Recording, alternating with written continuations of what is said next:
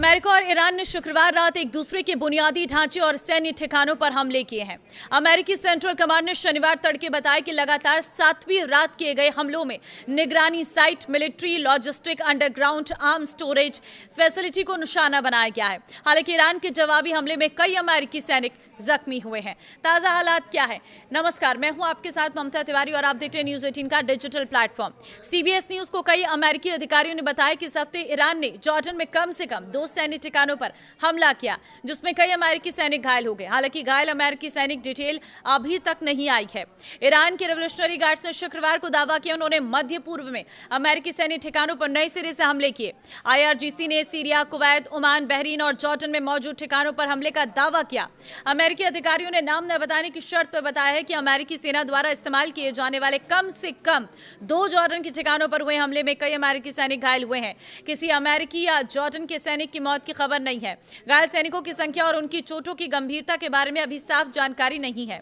अमेरिकी रक्षा विभाग ने अभी तक इन चोटों की पुष्टि नहीं की है और न ही इस रिपोर्ट पर कोई प्रतिक्रिया दी है। अमेरिकी लड़ाकू विमान अक्सर जॉर्डन के सैन्य ठिकानों से उड़ान भरते हैं, लेकिन अमेरिका अपनी सेना द्वारा इस्तेमाल किए जाने वाले सभी ठिकानों की जानकारी सार्वजनिक नहीं करता है। जॉर्डन में अमेरिकी सैनिकों की मौजूदगी। जॉर्डन में अमेरिका की मुख्य सैन्य उपस्थिति जो है वो देखने को मिल रही है एयरबेस पर मुजाफा सल्ती और जो रॉयल जार्डियन एयरफोर्स की बेस है, लेकिन अमेरिका ने इसे काफ़ी अपग्रेड और विस्तारित किया है। यहाँ अमेरिकी फाइटर जेट्स, ड्रोन्स और सपोर्ट फोर्सेस तैनात रहते हैं और हाल के समय में इसे ईरान पर संभावित कार्रवाई के हब के रूप में भी इस्तेमाल किया गया है। इसके अलावा टावर 22 नाम का एक छोटा आउटपोस्ट उत्तर पूर्वी जॉर्डन में सीरिया बॉर्डर के पास है। इसके अलावा Prince Hasan airbase, King Faisal airbase और कुछ अन्य ट्रेनिंग और बॉर्डर पोस्ट पर भी अमेरिकी सैनिक मौजूद है। कुल मिलाकर जॉर्डन में अमेरिका के लगभग 3 से 4 हजार सैनिक तैनात है। शनिवार और इससे पहले ईरान ने जॉर्डन में अमेरिका से जुड़े 2 ठिकानों पर हमले किए। इनमें मुजाफा सल्ती एयरबेस और प्रिंस हसन एयरबेस शामिल है। ईरान के दावे के अनुसार बैलिस्टिक मिसाइलों और ड्रोन से इन बेस पर हमला किया गया, जहां फाइटर जेट्स, कमांड सेंटर और ड्रोन हैंगर को निशाना बनाया गया। जॉर्डन के एयर डिफेंस सिस्टम ने कुछ मिसाइलों को रोक लिया, लेकिन अमेरिकी सैनिकों को चोटें पहुंची हैं।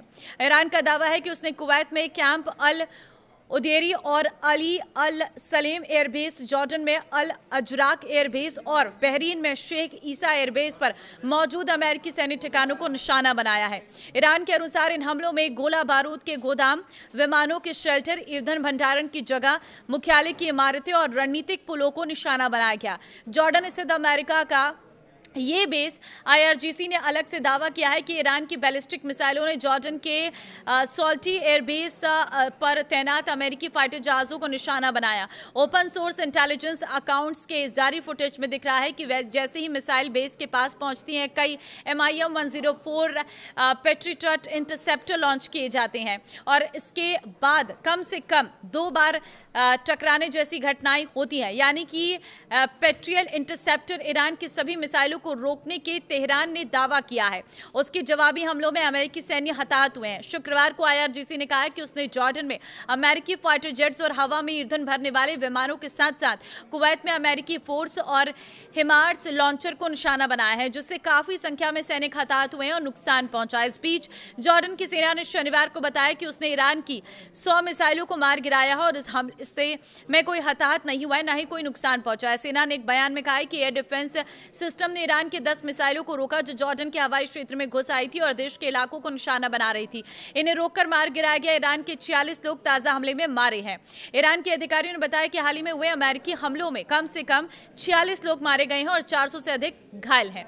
तो फिलहाल ये हैं ताजा हालात और इसी तरह की अपडेट्स के लिए आप हमें जरूर सब्सक्राइब कर लीजिए और आप क्या कहेंगे इस युद्ध के बारे में, अपनी राय जरूर दें। नमस्कार।